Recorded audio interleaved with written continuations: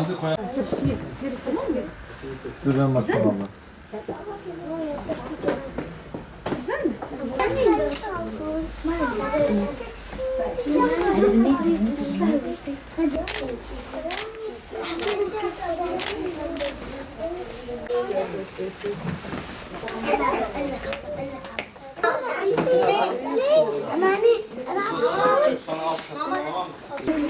ما بدي اشياء من هون يعني في بس اسم البنات Ne yapıyor?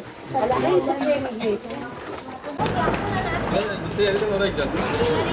Elbise yeri var.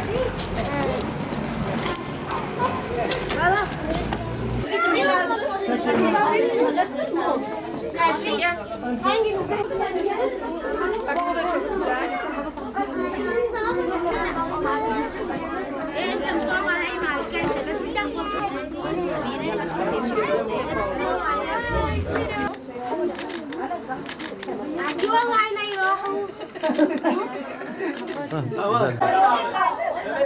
İHO Ebrar olarak tüm dünyadaki mazlum ve mağdur coğrafyalarda olduğu gibi bugün Türkiye'de Bursa ilimizin Yıldırım ilçesindeki yetim ve ihtiyaç sahibi çocukları giydirdik.